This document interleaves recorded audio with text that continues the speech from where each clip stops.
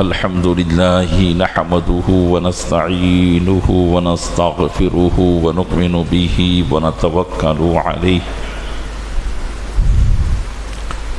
ونعوذ بالله من شرور أنفسنا ومن سيئات أعمالنا من يهده الله فلا مضل له ومن يضلله فلا هادي له ونشهد أن لا إله إلا الله وحده لا شريك له ونشهد أن سيدنا ومولانا محمدا عبده ورسوله أما بعد فأعوذ بالله من الشيطان الرجيم بسم الله الرحمن الرحيم لهم البشرى في الحياة الدنيا وفي الآخرة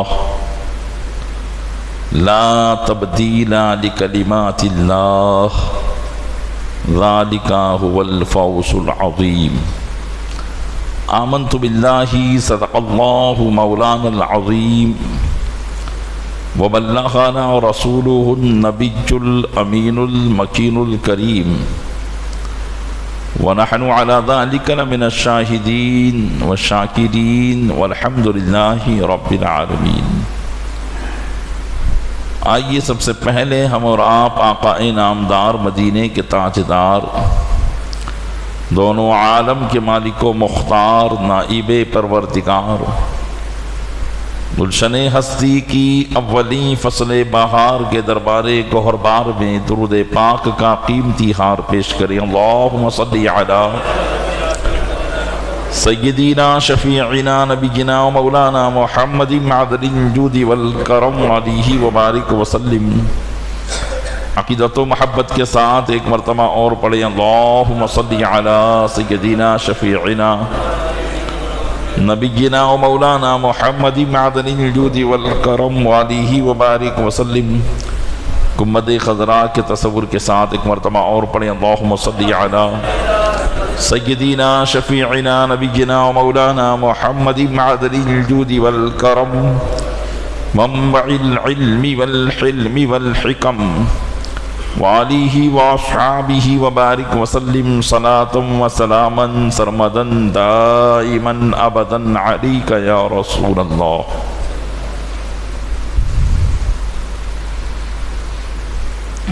خطبہ مسنونہ کے بعد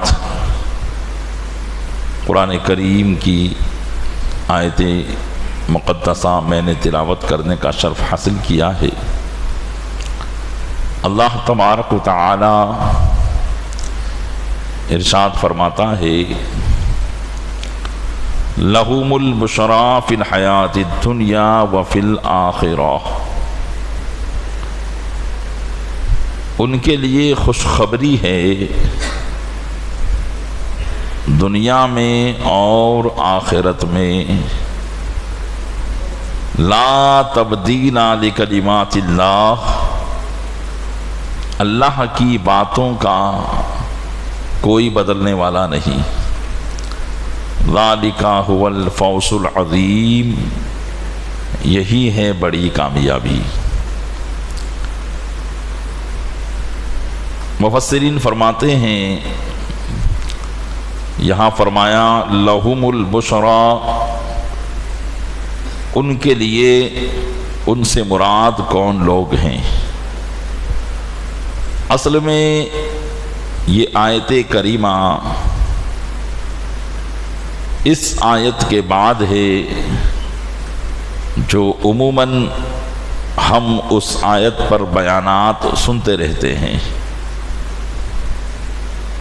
اللہ عز و جل نے ارشاد فرمایا، الا ان اولیاء اللہ لا خوف علیہم ولا هم یحزنون الذین آمنوا وکانوا یتقون۔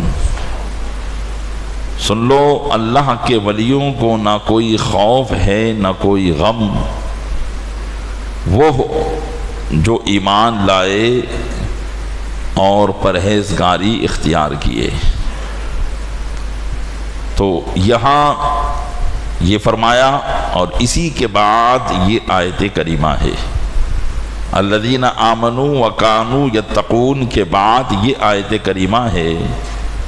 تو پیچھے جن لوگوں کا ذکر گزرا انہی کے لیے یہاں فرمایا گیا کہ ان کے لیے خوشخبریاں ہیں۔ کن لوگوں کے لیے؟ الذین آمنوا وکانوا یتقون، وہ جو ایمان لائے اور اللہ سے ڈرتے ہیں، ان کے لیے خوشخبریاں ہیں۔ یعنی مومنین، متقیین، پرہیزگاروں کے لیے خوشخبریاں ہیں۔ اب خوشخبری سے مراد کیا ہے؟ خوشخبری کس کو کہتے ہیں یہ تو آپ جانتے ہی ہیں کہ آئندہ کے لیے کسی ایسی بات کو بتانا جو اس کے لیے خوشی کا سبب بنے۔ جیسے کہا جائے کہ آپ آئندہ آپ کو جو ہے ایک دنیاوی مثال کے اعتبار سے اگر کوئی نوکری کا متلاشی ہو، تلاش کر رہا ہو، تو کہا جائے 1 مہینے میں آپ کو فلاں جگہ نوکری مل جائے گی، تو آپ کہیں گے کہ اس کو اس بات کی خوشخبری مل گئی۔ اور مومنین کے لیے کہا جائے کہ آپ کو اگر یہ کام کرو گے تو انشاءاللہ تبارک و تعالی اللہ کے محبوب صلی اللہ علیہ وسلم کی زیارت تمہیں نصیب ہوگی۔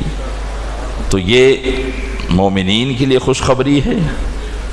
تو خوشخبری اسی کو کہتے ہیں جو مستقبل میں ہونے والے کسی ایسے معاملے کی خبر جس سے اس کا دل خوش ہو جائے، اسی کو خوشخبری کہا جاتا ہے۔ اور قرآن کریم فرما رہا ہے کہ ایمان والوں کے لیے خوشخبری ہے۔ تو خوشخبری سے مراد یا تو وہ خوشخبری جو پرہیزگاروں کو، اللہ سے ڈرنے والوں کو قرآن مجید میں جاں بجا دی گئی ہے۔ متعدد مقامات پر اللہ نے ایمان والوں کو خوشخبری عطا فرمائی قرآن کریم میں۔ کہیں فرمایا ان کے لیے بسنے کے ایسے باغات ہیں جن کے نیچے نہریں جاری ہیں۔ کہیں فرمایا جا رہا ہے کہ انہی کے لیے حقیقت میں کامیابیاں ہیں۔ کہیں فرمایا جا رہا ہے کہ ان کو اللہ کی رضا حاصل ہوگی۔ کہیں فرمایا جا رہا ہے کہ اللہ ان سے راضی ہے اور وہ اللہ سے راضی ہیں۔ یہ سب خوشخبریاں ہیں، اور اس طرح کی خوشخبریاں قرآن کریم میں متعدد مقامات پر اللہ نے اپنے ایمان والے پرہیزگار بندوں کو عطا فرمائی ہے۔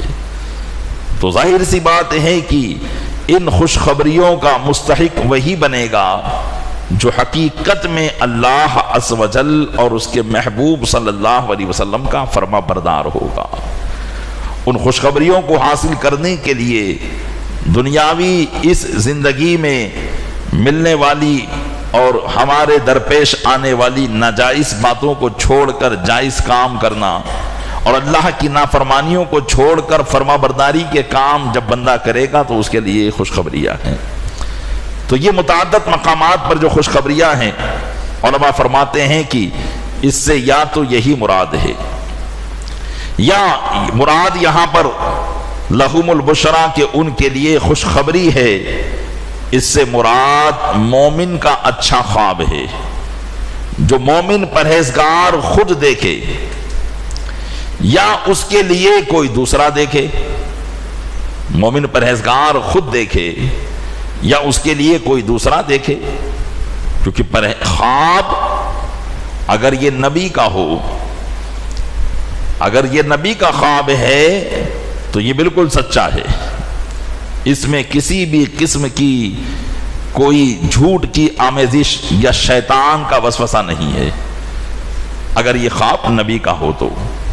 اسی لیے حضرت ابراہیم علیہ السلام نے خواب میں دیکھا کہ میں اپنے بیٹے کو ذبح کر رہا ہوں، تو وہ اپنے بیٹے کو ذبح کرنے کے لیے نکل گئے، کیونکہ آپ نبی ہیں، اور نبی کا خواب بالکل سچا ہوتا ہے، اس میں شیطان کا ذرہ برابر بھی دخل نہیں ہوتا۔ لیکن ہمارا خواب ہمارے خواب اچھے ہوں، بہت اچھے ہوں، اور ہمیں کہا جائے خواب میں کہ آپ فلاں کو ذبح کر دو، تو ہمارے لیے اس پر عمل کرنا جائز نہیں ہوگا، بلکہ اس پر عمل کرنا یہ ہمارے لیے گناہ ہو جائے گا۔ تو یہ ہمارا خواب۔ لیکن اسی طریقے سے اللہ والوں کا خواب جو ہوتا ہے، ان کا خواب بھی اللہ کی طرف سے الہام ہوتا ہے، لیکن خواب اللہ کی طرف سے الہام ہے یا شیطان کا وسوسہ ہے، اس بات کو ہر کوئی نہیں پہچان سکتا۔ اس کو وہی پہچان سکتا ہے جس کو اللہ تبارک و تعالیٰ نے اپنا نور علم عطا فرمایا ہے، ورنہ شیطان تو ہم کو بھی طرح طرح کے وسوسے دلاتا ہے، خواب میں بہت سی ایسی رعنائیاں اور رنگ رنگیلیاں ہم کو دکھاتا ہے کہ ہم سمجھتے ہیں یہ ہمارے ہی لیے ہے، لیکن ہو سکتا ہے کہ یہ شیطان کا وسوسہ ہو۔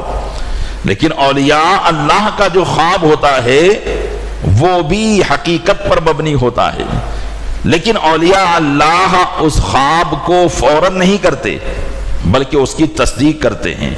اسی لیے حضرت بایزید بسطامی رضی اللہ تعالیٰ عنہ کو جب خواب دکھایا گیا اور یہ فرمایا گیا کہ بایزید اٹھو اور اسلامی لباس اتارو اور عیسائیوں کا لباس پہن لو اور گلے میں زنار باندھ لو، عیسائی جو اپنے گلے میں باندھتے ہیں وہ باندھ لو، تو یہ خواب ظاہر سی بات ہے کہ ایک مسلمان کو ایسا خواب اگر آئے کہ اٹھو تمہیں فلاں مندر میں جانا ہے، تو ظاہر سی بات ہے ہم یہی کہیں گے کہ یہ تو شیطان کا وسوسہ ہے۔ ایک مسلمان کو غیر اللہ کے بت کدے میں جانے کا مشورہ بھلا انسان کو رب کی طرف سے کیسے مل سکتا ہے؟ یہ تو شیطان ہی اس کے دل میں ورغلاتا ہے۔ تو ہم ظاہر سی بات ہے کہ لاحول پڑھیں گے۔ حضرت بایزید بسطامی کو خواب دکھایا گیا، فرمایا گیا کہ جاؤ اسلامی لباس اتارو، زنار پہنو، عیسائی لباس پہنو اور عیسائیوں کے گرجا گھر میں چلے جاؤ۔ ایک دن آپ کو خواب آیا، آپ نے کہا کہ عجیب خواب ہے، دوسرے دن پھر آیا، کہا عجیب خواب ہے، تیسرے دن پھر آیا اور یہی کہا گیا آپ کو۔ تو اب آپ کو چونکہ اللہ عز و جل کی معرفت کا علم حاصل تھا، آپ نے جان لیا کہ یہ خواب شیطانی نہیں ہے بلکہ رب کا الہامی خواب ہے، اور ضرور اس کے ذریعے رب کی کوئی نہ کوئی حکمت پوشیدہ ہوگی۔ اس لیے آپ نے دوسرے دن اپنا لباس چینج کیا، عیسائی لباس پہنا اور عیسائیوں کے گرجا گھر میں چلے گئے، جہاں عیسائیوں کا سب سے بڑا پادری آنے والا تھا اور عیسائیوں کو عیسائیت میں اور مضبوط کرنے والا تھا۔ حضرت بایزید بسطامی بھی عیسائیت کا لباس پہن کر عیسائیوں میں جا کر بیٹھ گئے۔ اب وہ جو بڑا پادری آیا، جو بڑی فصیح انداز میں اپنے بیان کیا کرتا تھا، لوگوں کے سامنے تقریر کیا کرتا تھا، حضرت بایزید بسطامی کی موجودگی میں ایسا ہو گیا جیسے اس کی زبان گونگی ہو گئی ہو، کچھ بول ہی نہیں پا رہا ہے، کچھ بول نہیں پا رہا ہے۔ تو اس کے تمام مریدین نے کہا کہ اے ہمارے پادری، ہم تو تیری زیارت کے لیے اور تیرے بیان سننے کے لیے آئے ہیں، آج کیا وجہ ہے کہ تو کچھ بولتا نہیں ہے؟ تو کہنے لگا کہ آج تمہارے درمیان صرف تم ہی نہیں ہو بلکہ تمہارے درمیان ایک محمدی بھی پوشیدہ ہے، ایک محمدی بھی ہے جو یہاں پوشیدہ ہے۔ چنانچہ پھر اس نے کہا کہ اے محمدی، میں تجھے تیرے رسول کا واسطہ دے کر کہتا ہوں، تو جہاں کہیں بھی ہو کھڑا ہو جا۔ چنانچہ حضرت بایزید بسطامی کھڑے ہو گئے۔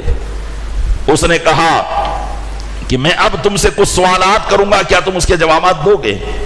تو کہا ہاں دوں گا۔ اس نے کئی سوالات آپ سے کیے، آپ جوابات دیتے چلے گئے، سارے سوال کے جواب آپ نے دے دیے، یہاں تک کہ اس کے سارے سوال ختم ہو گئے۔ آپ نے فرمایا اور سوال کر۔ اس نے کہا اب میرے پاس کوئی سوال نہیں ہے۔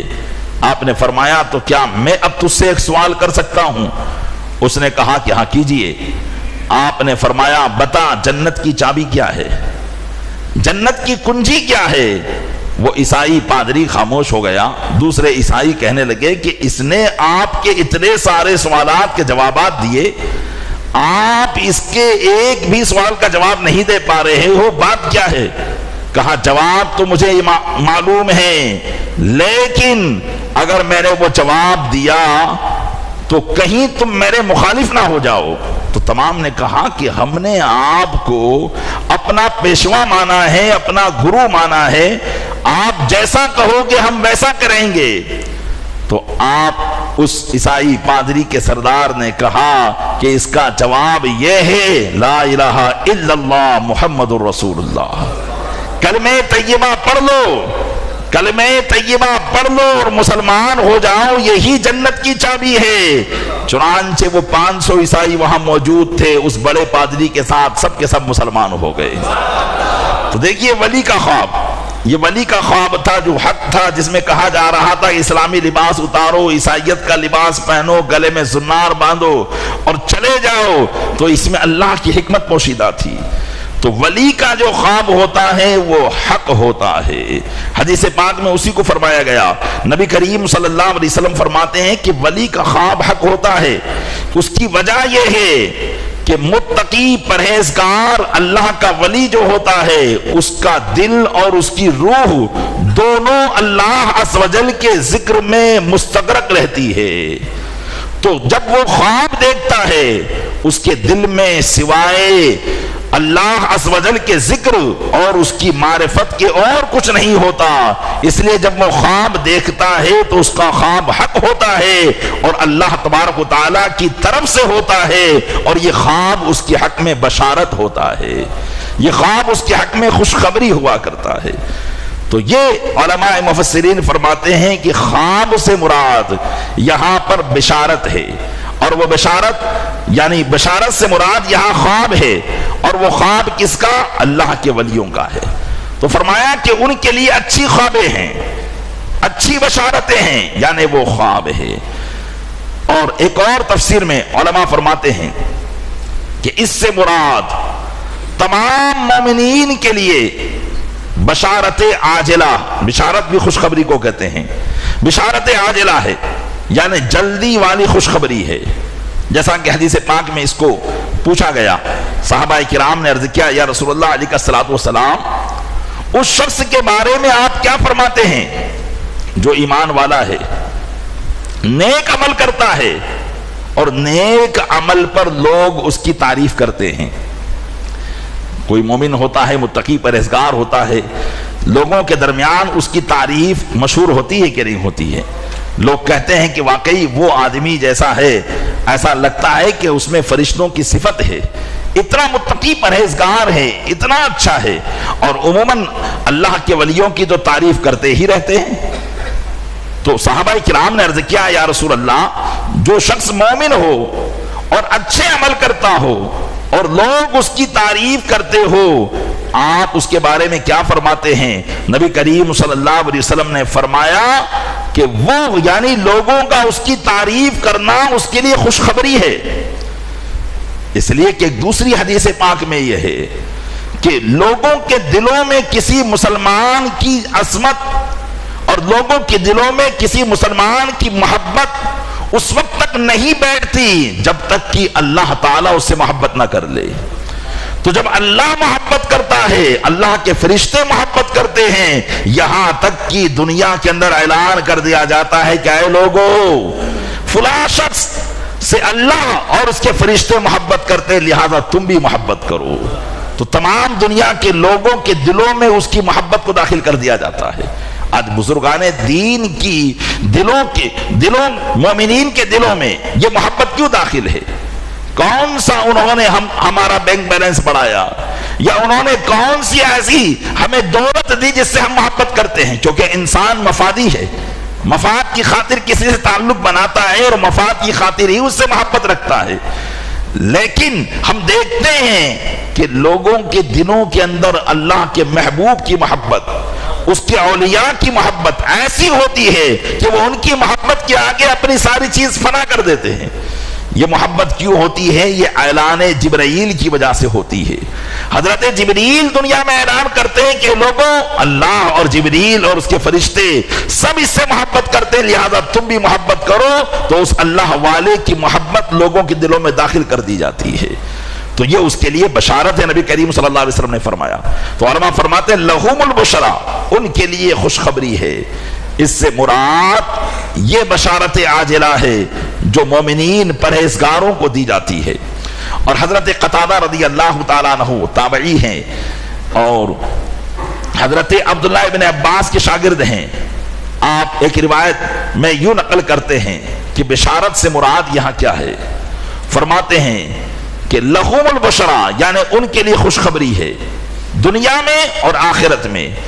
تو دنیا کی خوشخبری وہ ہے جو موت سے پہلے اسے ملتی ہے۔ ایک مومن متقی پرہیزگار جب اس دنیا سے جاتا ہے تو اسے دنیا کے اندر ہی، یعنی مرنے سے پہلے ہی اسے خوشخبری سنا دی جاتی ہے۔ مرنے سے پہلے اسے خوشخبری سنا دی جاتی ہے۔ حدیث پاک میں اس کے مفہوم کو یوں بیان کیا گیا کہ جب مومن بندہ مرتا ہے، پرہیزگار متقی، اور اس کی روح قبض کرنے کے لیے جب فرشتے آتے ہیں تو تا حد نظر اسے فرشتے ہی فرشتے نظر آتے ہیں۔ جہاں تک وہ دیکھتا ہے اسے فرشتے نظر آتے ہیں، اور بڑی خوبصورت شکل میں، جن کو دیکھ کر وہ مسکراتا ہے، جن کو دیکھ کر وہ خوش ہوتا ہے۔ آپ نے دیکھا پرہیزگاروں کے منہ پر مسکراہٹیں ہوتی ہیں۔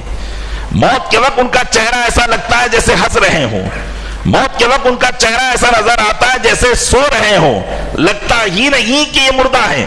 حضرت مولانا روم رحمۃ اللہ تعالی علیہ اسی بات کو فرماتے ہیں، نشان مرد مومن باتو گویم، نشان مرد مومن باتو گویم، چو مرگ آیت تبسم بر لب اوست، کہ مومن مرد کی علامت میں تجھے بتاتا ہوں، جب موت آتی ہے تو اس کے چہرے پر مسکراہٹیں ہوتی ہیں، اس کے چہرے پر مسکراہٹیں ہوتی ہیں۔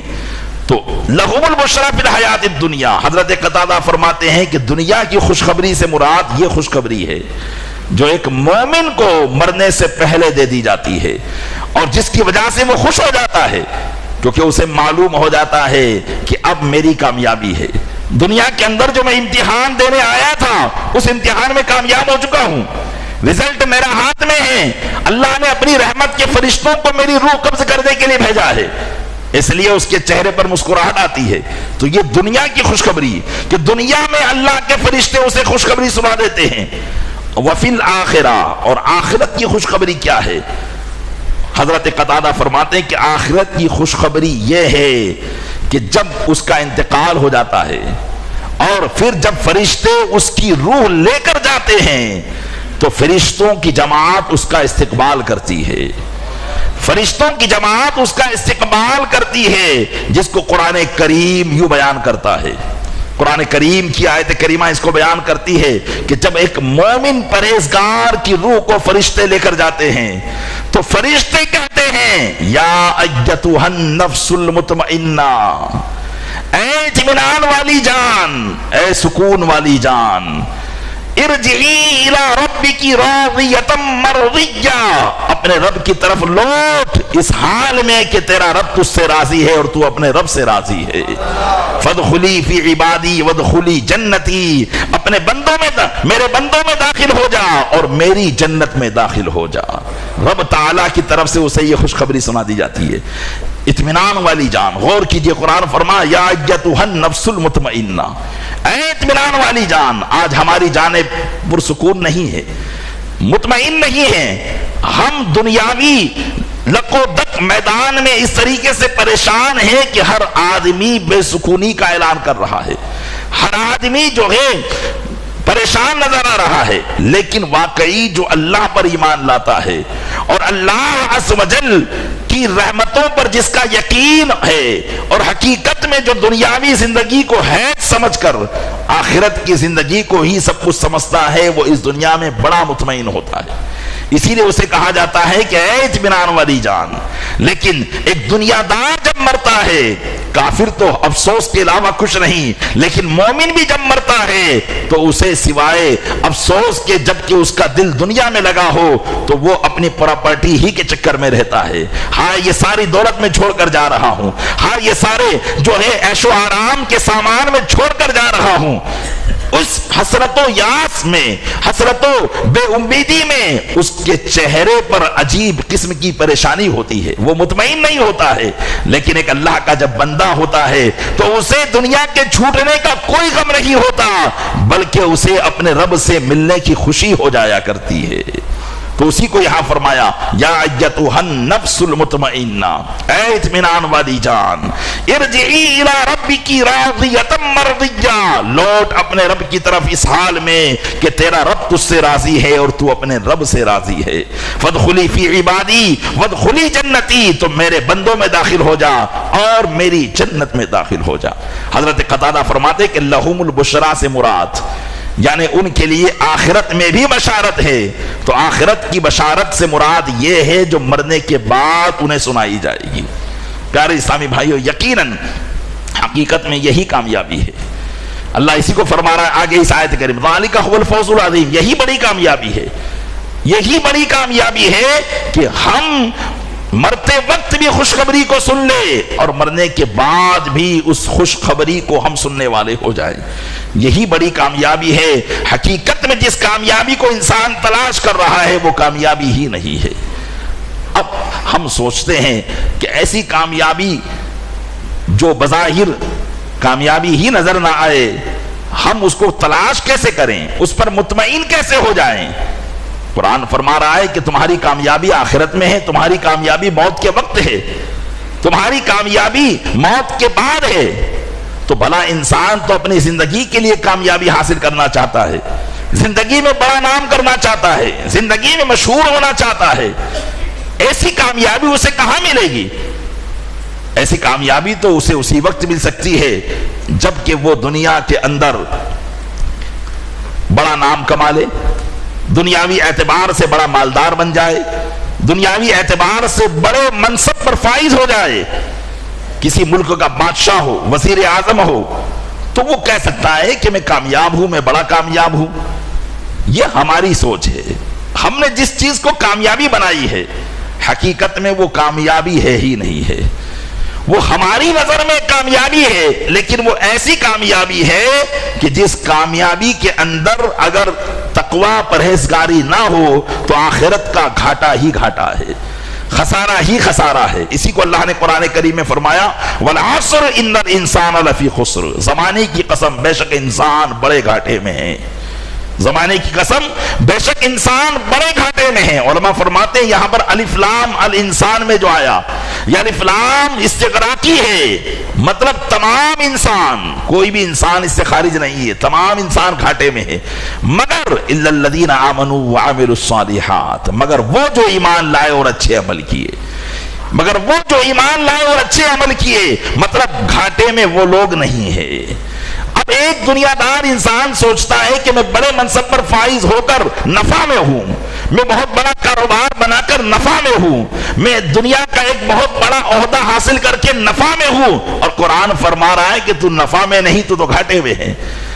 نفع میں کون ہے؟ فرمایا وہ جو ایمان لائے اور اچھے عمل کیے.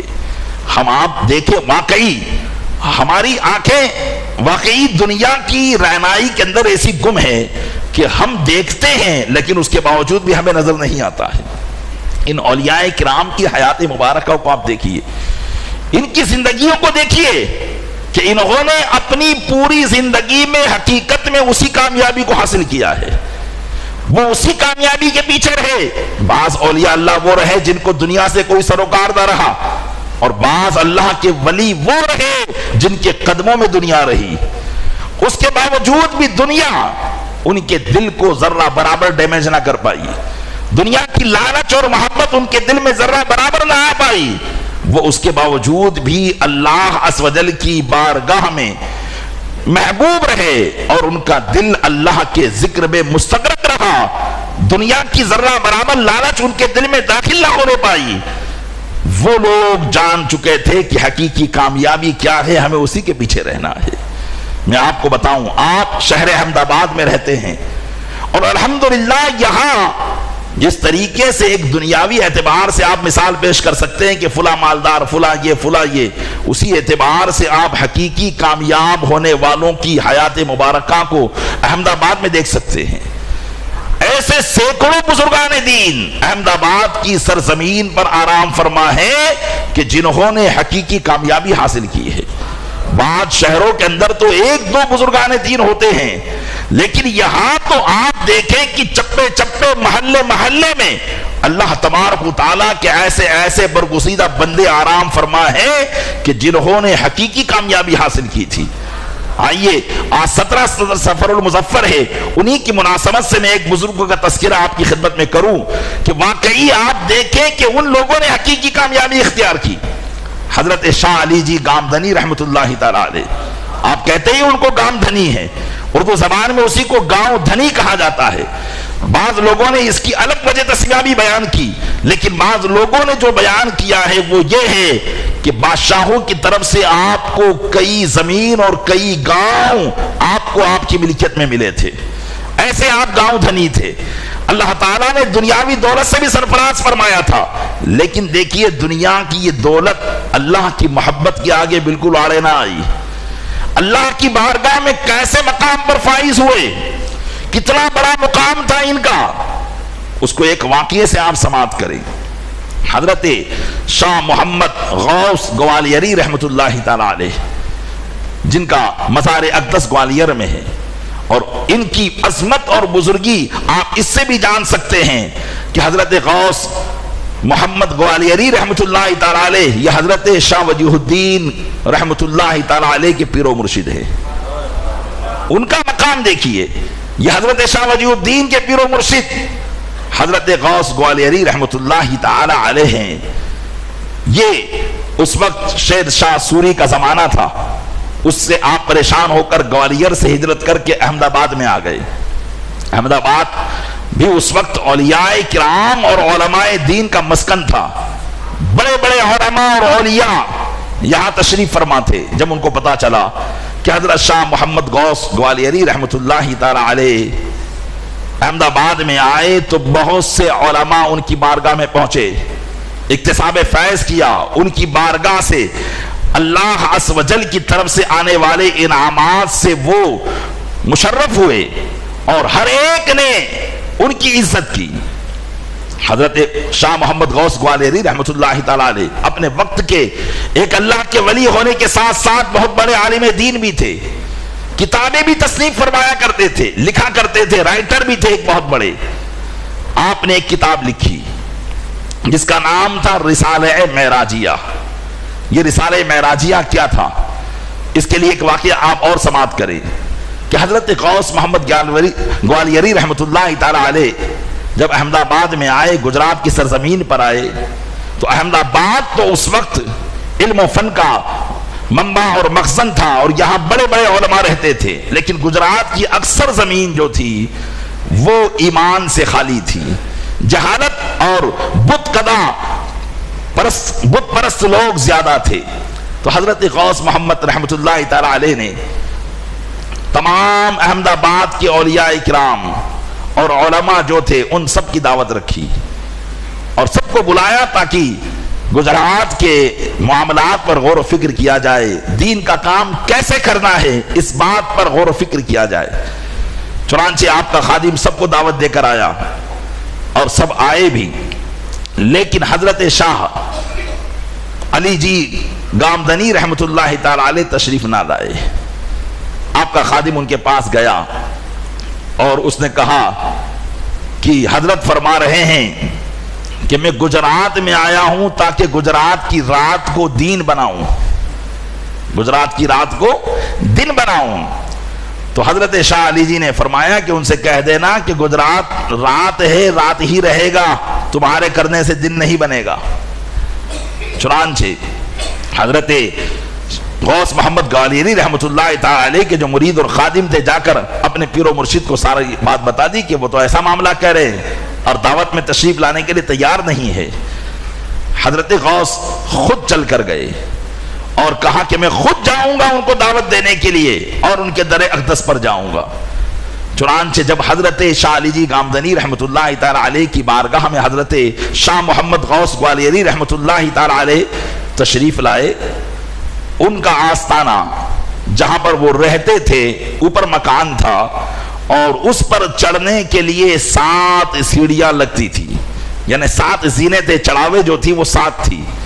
حضرت غوث محمد گوالیری رحمت اللہ علیہ جب ان سے ملاقات کے لیے آئے، پہلے زینے پر آپ نے قدم رکھا تو آپ کو ایسا محسوس ہوا کہ آپ پہلے آسمان پر پہنچ گئے، دوسرے پر قدم رکھا تو دوسرے پر، تیسرے پر قدم رکھا تو تیسرے پر، یہاں تک کہ جب 7ویں زینے پر قدم رکھا تو آپ کو محسوس ہوا کہ آپ 7ویں آسمان پر ہیں۔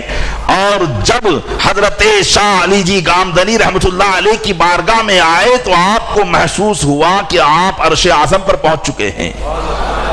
حضرت شاہ محمد غوث گوالیری رحمت اللہ علیہ نے آپ کے مقام و مرتبے کو جانا کہ یہ اتنی بڑی شخصیت ہیں جن کو میں اپنے پاس مدعو کر رہا تھا، چاہیے تو یہ تھا کہ میں خود ان کی بارگاہ میں حاضر ہوں۔ حضرت شاہ علی جی گامدنی رحمت اللہ علیہ کے فیض سے، فیض باطن سے آپ ایسے معمور ہوئے کہ وجد طاری ہو گیا، اور وہاں سے آئے اور آپ نے رسالہ معراجیہ لکھا اور علماء کے سامنے بیان کیا کہ آج مجھے معراج ہو گئی ہے۔ معراج یعنی اللہ تبارک و تعالیٰ کا دیدار۔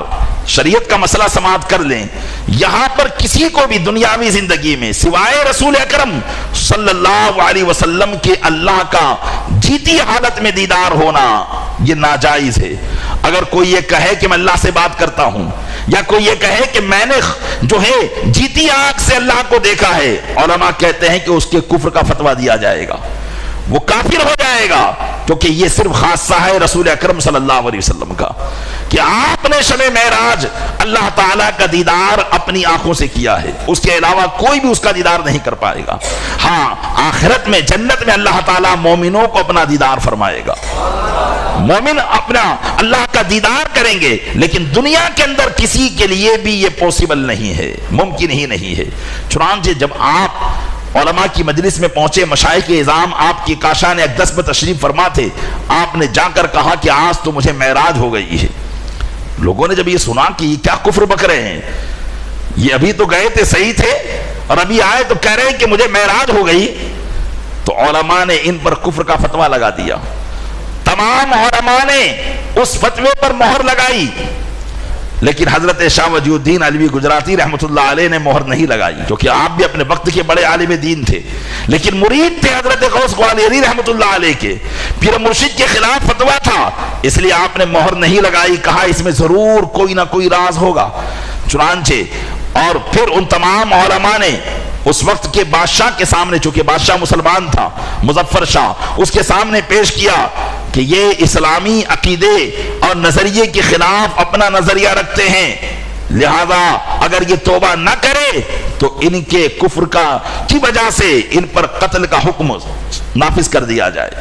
چنانچہ بادشاہ نے بھی یہ اعلان کر دیا کہ ہاں اگر یہ توبہ نہیں کرتے ہیں تو ان کو قتل کر دیا جائے گا، کیونکہ اسلام کے اندر مرتد کی سزا قتل ہی ہے۔ اگر بادشاہ اسلام ہو تو مرتد کو وہ قتل کی سزا دے گا، یعنی اسلام کے بعد جو کافر ہو جائے تو اس کی سزا قتل ہے۔ چنانچہ حضرت شاہ وجی الدین گجراتی رحمت اللہ علیہ کو جب پتا چلا کہ پیر و مرشد کے لیے قتل کا حکم صادر ہو چکا ہے اور ہو سکتا ہے کہ آپ کو قتل کر دیا جائے، تو آپ فوراً حضرت شاہ علی جی گامدنی رحمت اللہ علیہ کی بارگاہ میں آئے اور کہا کہ حضور میرے پیر و مرشد کی گردن جاتی ہے، آپ کچھ کرم فرمائیں کہ بادشاہ اپنا حکم واپس لیں، یا ان کے بات کو لوگ سمجھ سکے کہ وہ کیا رہے ہیں، کیونکہ ان پر تو ایک وجد کا عالم طاری ہے، وہ اپنی بات سے رجوع نہیں کرتے، وہ تو یہی کہہ رہے ہیں کہ مجھے معراج ہوئی ہے۔ حضرت شاہ علی جی گامدنی رحمت اللہ تعالی علیہ نے اپنا رومال لیا اور فرمایا کہ جاؤ اس رومال کو تم اپنے پیر و مرشد کے چہرے پر پھیر دو اور پھر علماء سے کہو کہ ان سے پوچھو کہ یہ کیا کہتے ہیں۔ چنانچہ وہ اس رومال کو لے کر گئے اور حضرت شاہ محمد غوث گوالیری رحمت اللہ تعالی علیہ کے چہرے اقدس پر اس رومال کو پھیرا۔ پھر علماء نے ان سے پوچھا کہ بتاؤ کیا معاملہ ہے، تو آپ نے فرمایا کہ مجھے معراج جیتے جی نہیں ہوئی ہے بلکہ خواب میں ہوئی ہے۔ اور خواب میں یہ چیز ہو سکتی ہے. خواب کے اندر اللہ کا دیدار کوئی کر سکتا ہے، جیسا کہ حضرت امام اعظم نے 100 مرتبہ خواب میں اللہ کا دیدار کیا ہے. حضرت امام احمد بن حنبل نے 99 مرتبہ کیا ہے. تو خواب میں یہ چیز پاسبل ہے، لیکن جیتی آنکھوں کے ساتھ صرف نبی کریم صلی اللہ علیہ وسلم کے لیے پاسبل تھی. اس لیے تمام علماء نے اپنے فتووں سے رجوع کیا اور حضرت کی جان بخشی گئی. اب غرض یہاں دیکھیں، غور کریں، کتنے بڑے پائے کے بزرگ حضرت شاہ علی جی گامزنی، کتنے بڑے پائے کے بزرگ ہیں. یہ وہ تھے کہ جو دنیا کے بھی والی تھے، لیکن دل ان کا معرفت الہی سے کیسا معمور تھا، اللہ کی بارگاہ میں کس مقام پر فائز تھے کہ ان کا آستانہ حضرت غوث محمد گوالیری کو ایسا محسوس ہوا جیسے وہ عرش اعظم پر پہنچ چکے ہو. اور یقیناً یہ بزرگان دین کے مقامات ہوتے ہیں، کوئی چوتھے آسمان پر ہے تو کوئی پانچویں آسمان پر. اللہ عز و جل کی بارگاہ میں ان کے یہ مقامات ہوتے ہیں، اور کسی کی روح عرش اعظم کا طواف کر رہی ہوتی ہے تو ان کی بارگاہ میں جو جانے والا ہوگا، اور وہ بھی اگر صاحب دل ہوگا تو اس کو محسوس کرے گا، لیکن جو صاحب دل نہیں ہے اسے تو یہی محسوس ہوگا کہ میں خاک پر آیا ہوں اور خاک پر ہی ہوں. تو یہ پیارے اسلامی بھائیو، آپ غور کریں، یہ بزرگان دین گجرات کی سرزمین پر رہے، ان کے پاس بھی مال و دولت کے انبار تھے، لیکن دیکھیں دل کیسا یاد الہی سے معمور تھا. ذالک الفوز العظیم کی کیسی زندہ جاوید تفسیر تھے کہ فرمایا جا رہا یہ ہے بڑی کامیابی. وہ واقعی اسی بڑی کامیابی پر فائز ہوئے تھے. وہ اپنی دنیا کے اندر بھی جب تک سانسیں چل رہی تھی اس وقت بھی لوگ ان کو بڑی کامیابی پر مانتے تھے، اور آج بھی تو بڑی کامیابی پر ہے. آج انسان اپنے باپ کی قبر پر نہیں جاتا، لیکن دیکھیے ان کا مزار کیسا ہر خاص و عام کے لیے فیض لٹا رہا ہے. ہر ایک آدمی ان کی بارگاہ میں جاتا ہے. کیوں؟ اس لیے کہ انہوں نے وہی کامیابی حاصل کی تھی جو حقیقت میں کامیابی ہے. حضرت شاہ علی جی گامدنی رحمۃ اللہ علیہ کا تذکرہ چلا. آخر میں ایک واقعہ اور آپ کی خدمت میں پیش کر کے اپنی گفتگو کو ختم کرتا ہوں. حضرت شاہ علی جی گامدنی واقعی میں اللہ عز و جل کے بڑے محبوب بندے تھے. ان کے جد امجد 150 سال ان کی ولادت سے پہلے گجرات کے اندر عرب سے تشریف لائے تھے، اور 150 سال پہلے انہوں نے آپ کی بشارت دی تھی کہ میری نسل میں ایک بیٹا پیدا ہوگا جو اللہ عز و جل کی بارگاہ میں بڑا محبوب ہوگا. یہ حضرت شاہ علی جی گامدنی نجیب الطرفین سید یعنی امام حسن اور امام حسین کی اولاد سے، اور پھر دوسری بات یہ تھی کہ غوث اعظم کی بھی اولاد سے ہیں حضرت شاہ علی جی گامدنی رحمۃ اللہ تعالی علیہ. آپ کے زمانے کا جو بادشاہ تھا وہ مظفر شاہ تھا. کسی نے اس کے دماغ میں قصہ معراج کے حوالے سے شک و شبہات بھر دیے. معراج کا قصہ ہی ایسا ہے، بس یہ تو الحمدللہ اہل سنت و جماعت کا نصیبہ ہے کہ وہ اس کو مانتے ہیں. لیکن آج بھی بہت سے لوگ ہیں جو اس پر اعتراضات کرتے ہیں کہ کیسے ہوا، کیسے ایک گھڑی کے اندر نبی کریم صلی اللہ علیہ وسلم ساری دنیا کی سیر کر کے واپس تشریف لے آئے، اور اس طریقے سے آئے کہ آپ کی زنجیر بھی ہلتی رہی اور پانی بھی رہا، بستر بھی رہا گرم. ایک پل میں آئے اور گئے محمد، گئے بھی اور آئے بھی، اور ایک ہی سیکنڈ کے اندر سارا معاملہ ہو گیا. قرآن کریم نے جس کو فرمایا کہ سبحان الذی اسری بعبدہ لیلا من المسجد الحرام الی المسجد الاقصی، پاک ہے وہ ذات جس نے اپنے بندے خاص کو راتوں رات کے تھوڑے سے حصے میں مسجد حرام سے مسجد اقصی تک کی سیر کرائی. تو یہ مسجد حرام سے مسجد اقصی تک کا ذکر قرآن میں موجود، اور متعدد احادیث میں مسجد اقصی سے لے کر عرش اعظم، جنت، دوزخ سب کی سیر اور اللہ کے دیدار اور تمام فرشتوں سے ملاقات، تمام نبیوں سے ملاقات، اور پھر واپس اپنے گھر میں تشریف لانا اور ایک ہی لمحے کے اندر یہ سارا کام ہو جانا، یہ لوگوں کو سمجھ میں نہیں آتا ہے. بحمدہ تعالی ہم اپنے آقا علیہ السلام کے ہر فرمان پر اپنی جان کو قربان کرتے ہیں، اور ہم مانتے ہیں کہ اگر ہے تو اس میں کوئی شک و شبہ کی گنجائش نہیں ہے. تو بہرحال ہر زمانے میں اس طریقے کے لوگ رہے. تو کچھ لوگوں نے زمانے کے بادشاہ کو دل میں یہ خیال پیدا کر دیا، شک و شبہ پیدا کر دیا. تو اس نے اس وقت کے علماء کو بلایا اور علماء سے پوچھا اور اپنے شبہات کا ازالہ مانگا کہ میرے دل میں یہ خیالات آ رہے ہیں اور یہ اعتراضات ہیں معراج کے قصے پر، بھلا اس کو بتاؤ. علماء دلیل سے سمجھا سکتے ہیں، قرآن کی آیت پیش کریں گے، حدیث پیش کریں گے. اب بعض لوگ ایسے ہوتے ہیں جو قرآن اور حدیث کو ماننے کے لیے تیار نہیں ہوتے ہیں. تو اس نے کہا مجھے تو یہ بات سمجھ میں نہیں آ رہی ہے. تو علماء نے کہا ٹھیک ہے آپ ایک کام کیجئے, آپ حضرت شاہ علی جی گامدنی رحمۃ اللہ علیہ کی بارگاہ میں جائیے, ہو سکتا ہے وہ آپ کو سمجھا دیں. چنانچہ مظفر شاہ بادشاہ حضرت کی بارگاہ میں آیا. اس وقت حضرت قرآن کریم کی کسی آیت کریمہ کو لکھ رہے تھے اور کسی حرف پر نقطہ لگا رہے تھے.